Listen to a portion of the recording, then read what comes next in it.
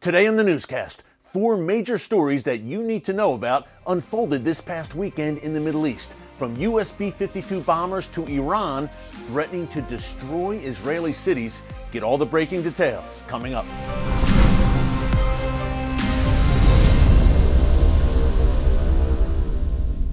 Hey folks, Erick Stakelbeck here. Welcome to the Watchman Newscast. Another busy and eventful weekend in the Middle East.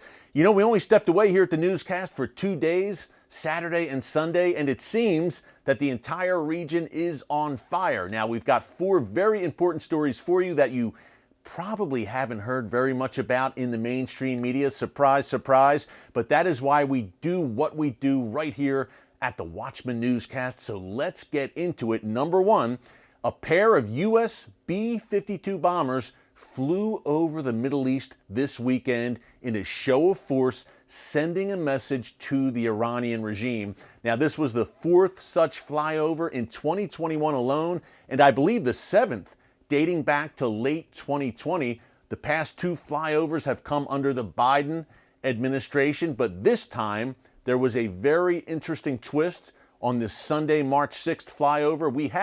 March 7th, we had these US B-52s joined by Israeli, Saudi, and United Arab Emirates fighter jets. Very interesting, folks. A united front. As we've said here in the newscast many times, in this new Middle East, the battle lines are drawn with Israel and the Sunni Arab nations on one side, and Iran and its allies and terror proxies on the other side. And we saw that very clearly with this B-52 flyover to see the Israelis, the Saudis, the UAE join the U.S. Hey, folks, that's something we would not have seen even 5 years ago out so openly, but Iran has changed the game, and the Iranian regime and its moves across the region and by its proxies, more on that in a minute, have brought Israel and the Sunni Arab nations like the Saudis, the UAE, Bahrain, Jordan, Egypt together even closer in a united front. Now, I was encouraged to see the United States in this show of solidarity with its allies in the Middle East, but the Biden administration, to me, is sending very mixed messages. Hey, it's great to have that flyover as a warning to Iran. Don't press your luck, especially in the wake of these Iranian-backed rocket attacks against U.S. personnel in Iraq. That's a good thing, but at the same time, the Biden administration is rushing headlong to re-enter that disastrous Iran nuclear deal. So again, mixed messages. You're showing great weakness to basically pursue the Ayatollahs in Iran and say, please talk to us. Please, we'll give you whatever you want. Please, let us re-enter nuclear talks with you. Which brings us to the second big story that developed over the weekend. Sunni Arab nations, we're talking Saudi Arabia and Iran, yet again. Those Iranian-backed Houthi rebels are literally on the warpath, firing a combination over the weekend, just yesterday actually, Sunday, March 7th, a hybrid-style attack of ballistic missiles and drones at Saudi Arabia. Now, Yemen is just to the south of Saudi Arabia. It borders Saudi Arabia on the Arabian Peninsula. And these Houthi rebels, again, supplied by Iran. Hey, folks, these drones and these ballistic missiles that they are firing on a practically daily basis against Saudi Arabia, they're not coming out of a vacuum. They're not appearing out of thin air. And the Houthis don't have the technological know-how to build them. They are being supplied by the Iranian regime for the specific and intent purpose of targeting Saudi Arabia. It happened yet again this weekend, folks, and this is very noteworthy because not only did the Houthis target civilian areas in Saudi Arabia, according to the Houthis themselves, they released a statement saying they targeted 3 separate Saudi cities, but also, and this is a potential game changer, they targeted Saudi oil facilities in eastern Saudi Arabia. Now, we've mentioned this a few times here in the newscast. Flashback, September 2019, we had that hybrid attack against a Saudi oil processing facility, and for a time, it took the Saudi oil production offline. At least 5% of the world's oil supply was affected in that hybrid attack. What does that mean? A hybrid of drones and ballistic missiles combined to strike these Saudi oil facilities. That was September 2019. It looks like the Houthis tried to duplicate that over the weekend. Again, folks, I can't stress this enough. With full Iranian backing and support and logistical support and planning behind them. So you have to look beyond the Houthis to the head of the snake, which is the Iranian regime. Whether it's in Lebanon, Syria, Iraq, or Yemen, or Gaza, it's Iran as the puppet master pulling the strings. One of the first things Joe Biden did upon taking office was remove the terrorist designation from the Houthis in what many saw as a nod and a tip of the cap to the Iranian regime. Not good. The designation is lifted. What did the Houthis do? Did they suddenly change their spots and back off and say, we're going to be good now? No. The exact opposite happened. They have upped their attacks against Saudi Arabia, and they have tried to seize more territory in northern Yemen. Appeasement only brings aggression, folks. History tells us that, and certainly in the Middle East, that is always the case.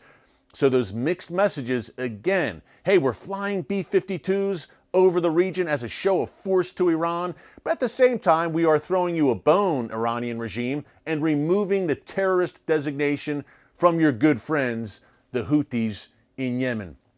Number 3, big story over the weekend. Remember that Israeli cargo ship?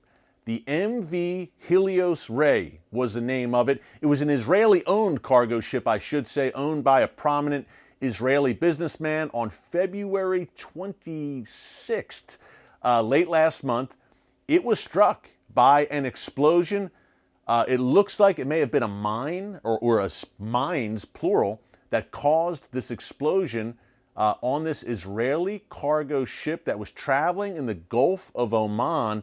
Now, it was leaving Saudi Arabia, leaving the Middle East on its way to Singapore to deliver some cargo there. But before it was able to leave the region, an explosion ripped through this Israeli-owned ship and apparently formed 4 large holes. But over the weekend, Iran releases footage. Now, it was actually aired, follow me here, aired on Hezbollah, a Hezbollah-affiliated TV network called Al Mayadeen, based in Lebanon. So Hezbollah obviously is Iran's proxy, and Iran controls Hezbollah.